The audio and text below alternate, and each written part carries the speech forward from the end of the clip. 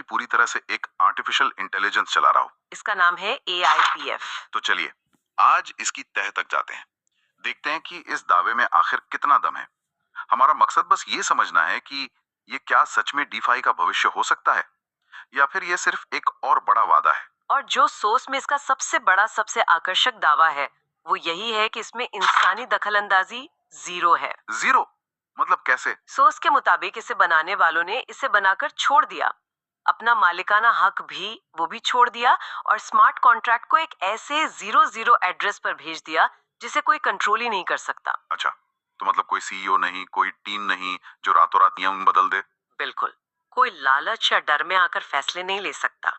एक बार जो नियम बना दिए वो बन गए, सब कुछ AI के हवाले, लिक्विडिटी से लेके सप्लाई तक सब कुछ ऑटोमेटेड। और मजे की बात यह है कि ये कोई एक अकेला AI नहीं है। तो फिर प्रेजेंटेशन के हिसाब से ये असल में 5 अलग अलग AI का एक ग्रुप है, एक टीम है जो मिलकर काम करती है। 5 एआई, मतलब एक तरह की एआई कमेटी या डिजिटल कैबिनेट। हाँ, बिल्कुल सही शब्द है, एक डिजिटल कैबिनेट।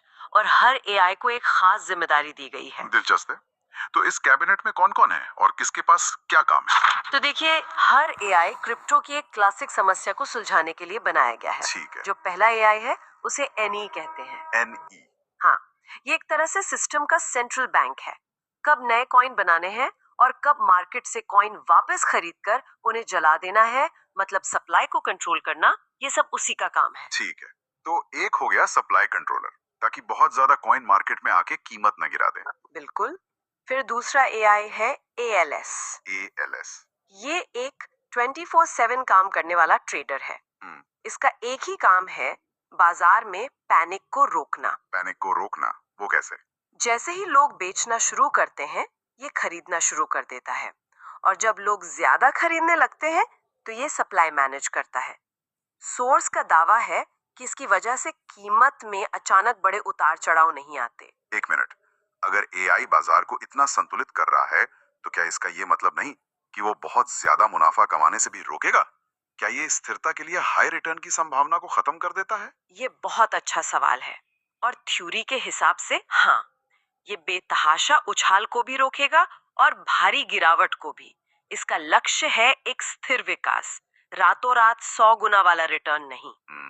ठीक है, तो 2 एआई हो गए, आगे? तीसरा है आरिप, जो एक तरह का रोबो इन्वेस्टर है। जो लोग पैसा लगाते हैं उनके रिवॉर्ड्स को ये अपने आप री इन्वेस्ट करता रहता है, ताकि कंपाउंडिंग का फायदा मिले। जी हाँ। चौथा है सिग, यानी सिस्टम का खजांची। ये प्रोजेक्ट की ट्रेजरी को मैनेज करता है। और पांचवा ALP, हर 12 घंटे में ये हिसाब लगाता है कि अगले साइकिल में कितने नए कॉइन्स बाजार में छोड़े जाएंगे। तो एक सप्लाई कंट्रोलर, दूसरा मार्केट स्टेबलाइजर, तीसरा रोबो इन्वेस्टर, चौथा खजांची। ये वाकई एक पूरी डिजिटल सरकार जैसा लग रहा है ना? तो अब सवाल ये उठता है कि आम इंसान इस सरकार का हिस्सा कैसे बन सकता है? इसमें निवेश कैसे होता है? इसका तरीका है स्टेकिंग। मतलब सोर्स बताता है कि लोग AIPF कॉइन खरीदते हैं और उन्हें सिस्टम में एक तरह से लॉक कर देते हैं। और उस लॉकिंग के बदले रिवॉर्ड मिलता है। हाँ, और रिवॉर्ड इस बात पर निर्भर करता है कि कॉइन कितने समय के लिए लॉक किए गए हैं। मतलब जितना